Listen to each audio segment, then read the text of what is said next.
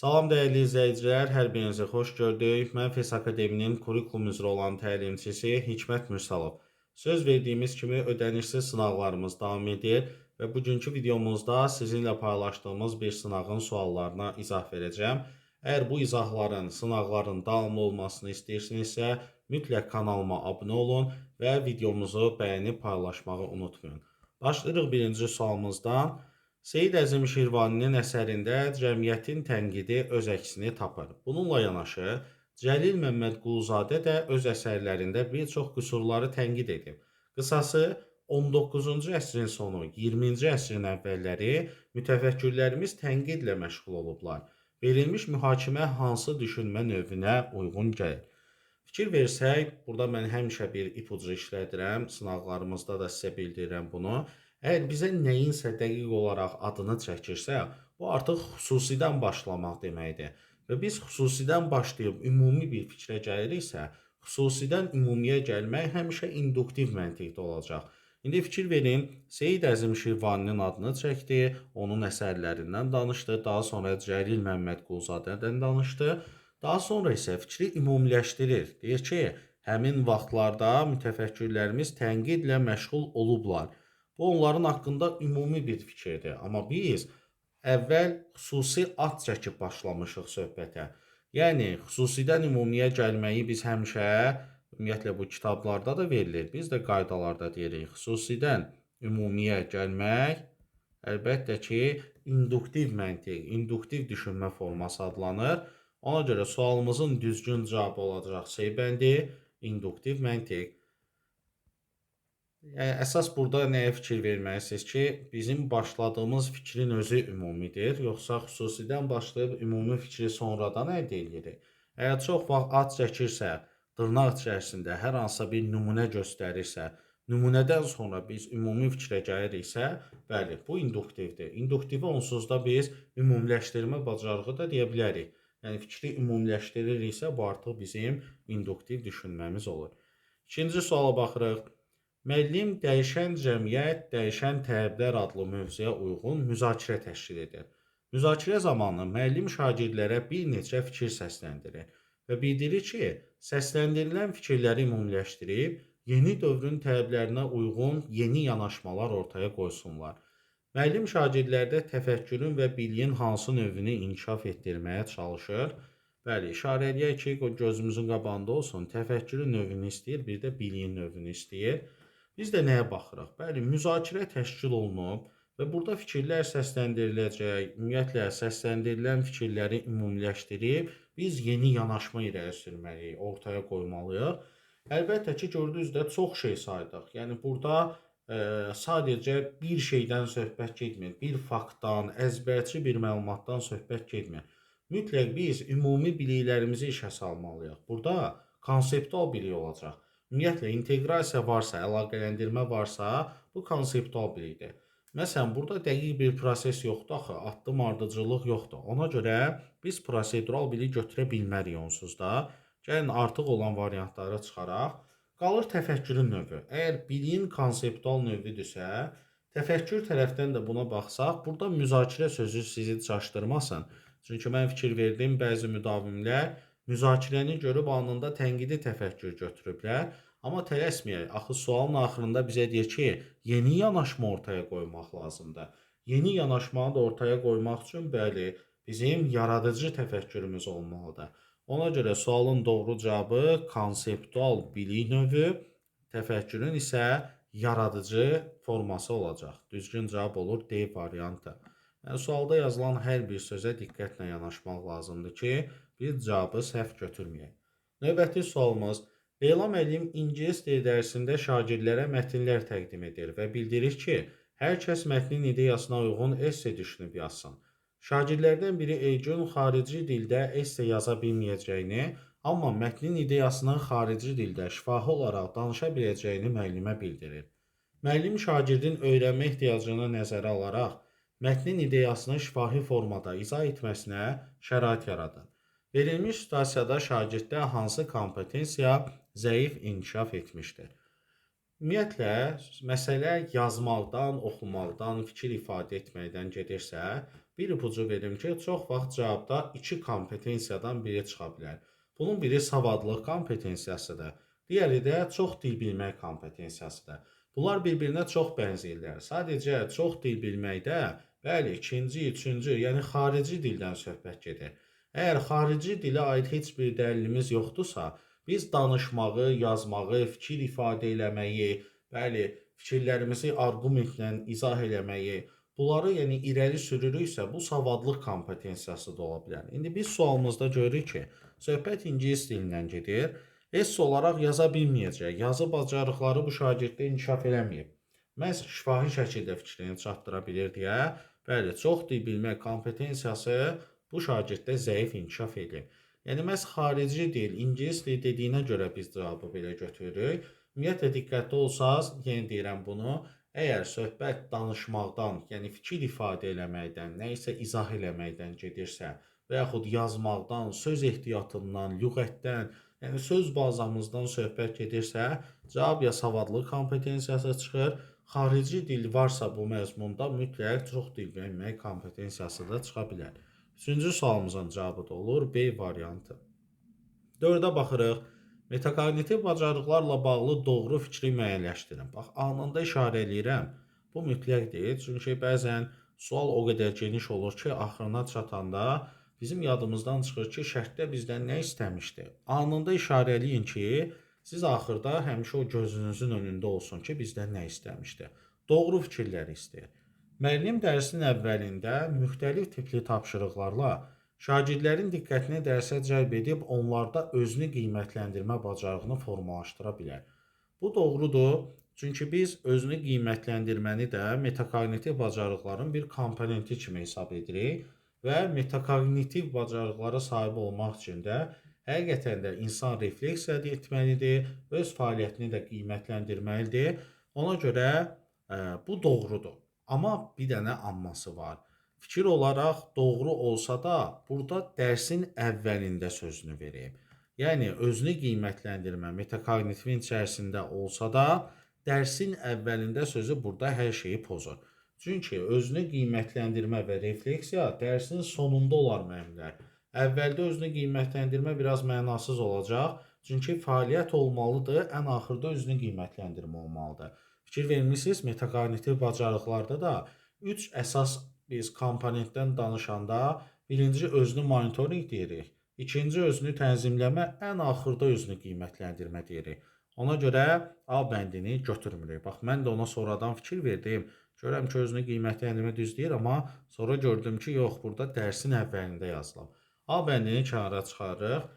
Metakognitiv bacarıqlar tədrisin şagirdin özünə məxsus xüsusiyyətlərinin nəzərə alınaraq qurulmasına ehtiva edir. Bu ifadə səhvdir. Ümumiyyətlə, biz sizlə inklüziv təlim, daha sonra bərabər imkanlar haqqında bir çox şeylər danışacağıq. Burada təlim modelləri də var, daha sonra təlim strategiyaları, üsullar var. Amma ümumi olaraq siz birmənalı olaraq bunu yadda saxlayın ki, kurikulumda, ümumiyyətlə sınaqlarda da, testlərdə də təlimi kiməsə görə qurmaq, təlimi nəyəsə görə qurmaq ifadəsi 99% səhv çıxacaq. Çünki təlimi kiməsə görə qurmuruq. Bizim qurduğumuz təlimdə hər kəs nəzərə alınmalıdır. İnklüziv mühit yaradılmalıdır, hər kəsin bərabərliyi təmin olunmalıdır. Yəni, ümumiyyətlə burada xüsusi şagirddə, yəni xüsusi potensialı, yüksək potensialı olan şagirddə, zəif potensialı olan şagirddə bunları nəzərə almaq üçün biz təlimi onlara uyğun qurmuruq ki, təlimi hər kəsə uyğun qururuq. Yəni ümumiyyətlə bu ifadənin özü ki var, təlimi nəyəsə görə qurmaq, bu ifadə çox vaxt testlərdə səhv çıxacaq. C bəndi şagirdin verilmiş təlimat üzrə tapşırıqları icra etməsi, onun metakognitiv bacarıqlarının formalaşdırılmasını təmin edir. Bu da səhv olacaq, çünki təlimat nə deməkdir? Kimsə mənə deyir, mən sırf onun dediklərini edirəm. Bu metakognitiv bacarıqlara uyğun deyil. Başqasının təlimatı ilə bu işi görəmsə, D-bəndi metakognitiv bacarıqlara sahib olan şəxslər müxtəlif problemləri hər kəsin istinad etdiyi yolla həll etmələri ilə fərqlənirlər. Amma tamamilə əksidir. Əgər mənim metakognitiv bacarığım varsa, mən işimi görəndə, ümumiyyətlə bir tapşırıq işləyəndə öz strategiyama görə bunu işləyirəm, yoxsa hər kəsin istinad etdiyi yolla mən bunu həll eləsəm, mənim ümumiyyətlə strateji biliyim olmayacaq. Yəni tamamilə əksidir. Qalır Y bəndi. Şagirdlərdə özünü qiymətləndirmə bacarığının inkişaf etdirilməsi, onlarda yalnız metakognitiv bacarıqların deyil, mühakimə bacarığının inkişafına da şərait yaradır. Bəli, Y variantı düzdür. Dördüncü sualımızın cavabı olur Y. Həqiqətən də özünü qiymətləndirmə bacarıqlarını şagirddə inkişaf etdirdikdə, ümumi olaraq metakognitiv bacarıqlar formalaşsa da, insanın təfəkkürü də inkişaf edir, mühakimə bacarığı. Çünki özü öz işini, fəaliyyətini dəyərləndirir axı. İstər-istəməz bu tənqidi təfəkkürü də inkişaf etdirir. Yəni əslində metakognitiv bacarıqların formalaşması həm də insanın tənqidi təfəkkürü ilə əlaqəli bir şeydir ki, insan vəziyyəti dəyərləndirir, fəaliyyətinə qiymət verir və s. 5-ci sual. Vəzirovun ev tərbiyəsinin bir şəkli əsəri nəsrdir. O cümlədən daldan atılan daş topuğa dəyər əsərini də nəsrlə yazıb. Deməli, Vəzirov ancaq nəsrə müraciət edib. Verilmiş mühakimə hansı düşünmə növünə uyğun gəlir? Az öncə buna uyğun bir nümunə demişdimsə, biz fikir verin, insanların adlarını, əsərlərin adlarını, yəni bizə verdiyi nümunəni birinci bizə verirsə, baxın, əvvəlcə bunlardan danışır. Yəni, bunlar xüsusi anlayışlardır da. Xüsusidən biz ümumi bir fikrə gəlirik. Bir dəqiqə, xüsusidən ümumi fikrə gəlirik. Yəni, ümumiləşdiririk. Ümumi nəticəni sonda əldə edirəmsə, bunun özü də induktivdir. Düzgün cavabımız A bəndi olacaq. Çünki kitab qaydasında da biz bunu danışmışıq. Ümumi qaydanı xüsusi nümunələrdə istifadə edəndə deduktiv olur. İndi əksinə eləyirəmsə, mütləq cavabımız induktiv olmalıdır. Növbəti sual. Aşağıda verilmiş mühakimələrdən hansında şagirdin metakognitiv bacarıqlara malik olduğunu demək olmaz. Yəni, səhv bir şey olmalıdır, mənfi bir şey olmalıdır. Şagird dərs zamanı qarşılaşdığı çətinliklərə fərqli nöqteyi nəzərdən yanaşaraq, onları uyğun strategiyalarla həll etməyə cəhd edir. Burada əlbəttə ki, metakognitivlik var. Çünki şagird çətinliklə qarşılaşanda ona uyğun strategiya seçib. Metakognitivdir də bu. B bəndi. Şagird verilmiş mövzunu daha dərindən araşdırmaq üçün etibarlı mənbələri müəyyənləşdirir, vacib amillərin qeydiyyatına aparır. Bax, burada artıq metakognitivlik yoxdur. Düzgün cavab olacaq B variantı. Çünki bu hansısa bir işi görüb, özünə aid heç nə eləməyib.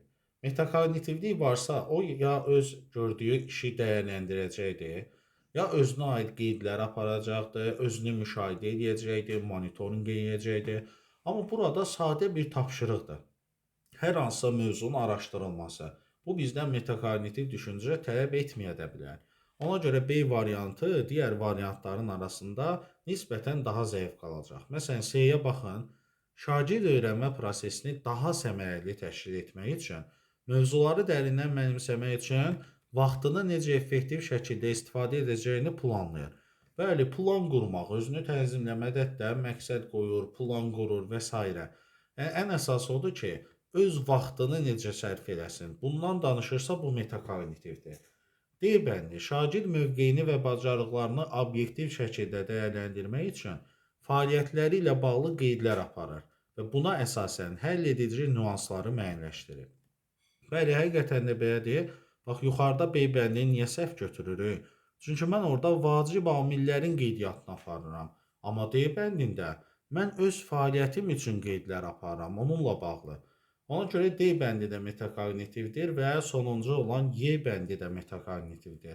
Şagird qarşıdan gələn imtahan sessiyasına hazırlaşarkən hədəflər müəyyən edir və həmin hədəflərə çatmaq üçün strategiyalar düşünür. Hədəf, plan, strategiya bunlar hamısı özünü tənzimləmədədir.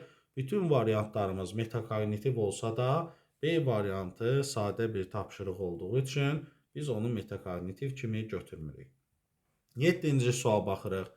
Kamança pyesində erməni-müsəlman məsələsinə toxunulur. Buna görə də deyə bilərik ki, əsrin əvvəlində erməni-müsəlman məsələsi ədəbiyyatda da araşdırılıb.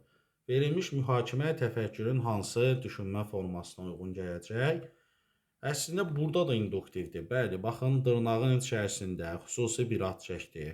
Filan pyesdə bax dəqiq olaraq göstərdi mənə. Mən də artıq ümumi bir fikrə gəldim ki, deməli əsrin əvvəlində ədəbiyyatda da bu məsələyə toxunulub. Yəni neynədim? Xüsusi bir hadisədən, xüsusi bir məsələdən ümumi bir fikrə gəldim, çıxdım. Bu da induktiv düşünmədir.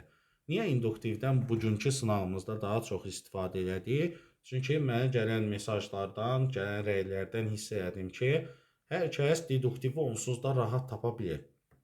Çalışdıq ki, bugün daha çox induktivin üzərində işləyək, amma deduktivə aid də suallarımız mütləq olacaq. Məsələn, 8-ci sualın özü. Aynura müəllim Azərbaycan dili dərsində şagirdlərə cümlədə mürəkkəb adların hansı məqamlarda bitişik və hansı məqamlarda ayrı yazılmalı olduğunu izah edir. Şagirdlərdən biri Nuray mürəkkəb adların yazılışı ilə bağlı öyrəndiyi orfoqrafik qaydaları ədəbiyyat dərsində tətbiq etməyə çalışır. Burada Nuray adlı şagird təfəkkürün hansı düşünmə formasına uyğun qərar verib? Əlbəttə ki, bax deduktiv burada olacaq. Çünki istər orfoqrafik qayda olsun, istər hər hansısa bir qayda olsun, fərqi yoxdur. Həyətdə, evdə görə biləcəyim fiziki bir iş olsun. Əgər mən qayda bilirəmsə, mən onun ümumi qaydasını bilirəm deməkdir. Ümumi şəkildə bilirəm də orfoqrafik qaydaları. Artıq müəllim mənə öyrədib bunu.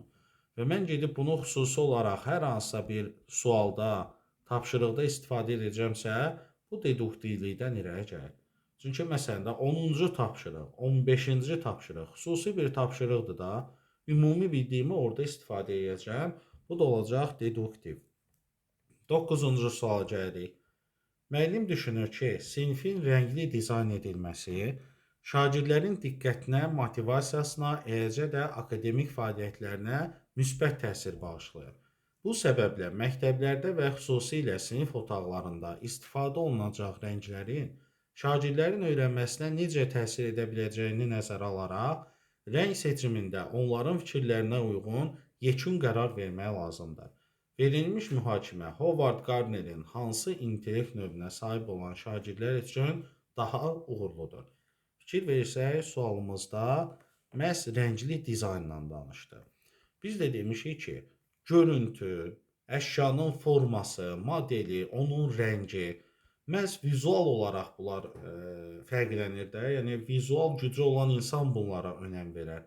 Ona görə bu sualın cavabı məkan vizual intellekt olacaq ki, bu cür şagirdlər belə tapşırıqla daha çox maraqlanarlar. Məsələn, şəxslər arası intellektin, verbal lingvistik intellektin, bədən kinestetikin bəlkə də bu qədər marağı olmaz buna. Çünki vizual güc məkan vizual intellekt olacaq. Yadda saxlayın, əgər rəngdən, görünüşdən söhbət gedirsə, mütləq burada vizuallıq var. 10-cu sualımız. Ayxan özünə, ailəsinə və cəmiyyətdə baş verən qlobal problemlərə qarşı hər zaman tənqidi yanaşma nümayiş etdirərək məsələlərə qərəzsiz yanaşma göstərir. O öz fərziyyələrini əsaslandırarkən daha güclü arqumentlər formalaşdırır və yeni təkliflər irəli sürür. Verilmiş mühakimədə Ayxanda hansı kompetensiyanın inkişaf etdiyini deyə bilərik. Bütün situasiyalarda olduğu kimi biz həmişə şagirdin nə iş gördüyünə fokuslanmalıyıq. Və biz görürük ki, şagird problemlərə qarşı tənqidi yanaşır, qərəzsiz yanaşma göstərir və güclü arqumentlərdən istifadə edir, təkliflər irəli sürür. Yəni, burada verilənlər bunlardır və fikir versək, bu çətin bir şey deyil. Məsələn, fəal vətəndaş mövqeyi niyə olsun ki? Axı, fəal vətəndaş haqqında heç bir dəyər səsləndirməyib burada. Yəni, yazmayıb axı. Şəxsi sosial öyrənmək də olmaz. Çünki, məsələn də, burada sosial və yaxud şəxsi məsələlərdən də danışmadır. Düzdür, özünə, ailəsinə deyib, amma əsl güc nədədir? Onun tənqidi yanaşmasında. Ona görə beybəndi də götürə bilmirik. Heç bir rəqəmsal texnologiyadan, texnoloji alətlərdən danışmadır. C-ni də götürə bilmirəm.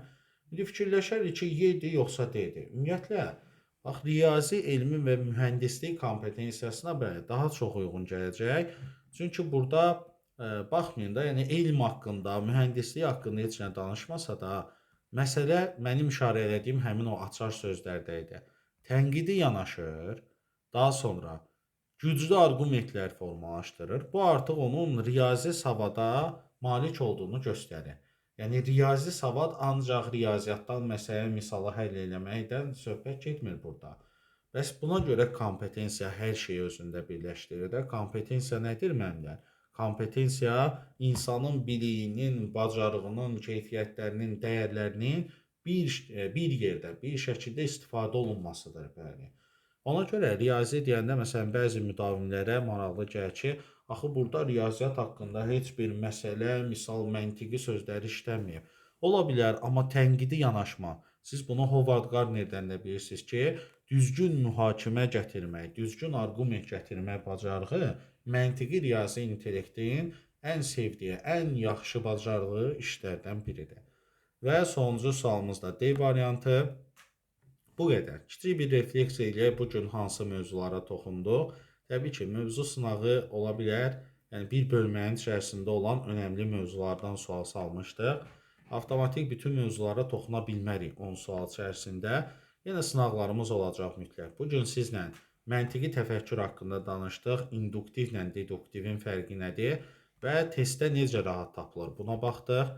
Daha sonra bilgi növü haqqında da danışdıq. Bu asan idi. Kompetensiyaları yada saldıq və ən aktiv, hal-hazırda ən aktual olan mövzulardan biri metakognitiv bacarıqlar. Və bu mövzunu yaxşı bilin. Bu mövzudan hal-hazırda da bu ildə, ötən ildə sual düşüb. Mütləq ki, bu önəmli bir hissədir. Buradan sual hələ də qarşımıza çox çıxacaq. Daha sonra yenə metakognitiv idi 6-cı sual, 7-ci sual, 8-ci sual məntiqi təfəkkür idi. Bəli, Howard Gardner nəzəriyyəsini yada saldıq. Yəni görürsüz, burada tək nəzəriyyə sualı bu idi, amma yenə də təfəkkürlə də bağlı bir şeydir. Hətta kompetensiya nizamını verəndə yenə bu nəzəriyyədən mən sizə bir hissədən nümunə gətirdim. Yəni Howard Gardner nəzəriyyələrin içərisində olsa da, bizim bu mövzularımızla kifayət qədər əlaqəlidir. Bax belə, bu mövzulara bir daha baxacaqsınız. Gələn dəfə həm bu mövzulara, həm də başqa mövzulara aid olan suallarımız yenə olacaq. Əgər bu cür izahların davamlı olmağını istəyirsinizsə, mütləq videomuzu paylaşın, bəyənin və ödənişli dərslərimizlə maraqlanmaq istəyənlər ekranda gördüyünüz nömrə ilə əlaqə saxlaya bilərlər. 055 527 2599 nömrəsinə yazıb bütün suallarınızı verə bilərsiniz. Sağ olun, növbəti video izahlarda görüşəndə.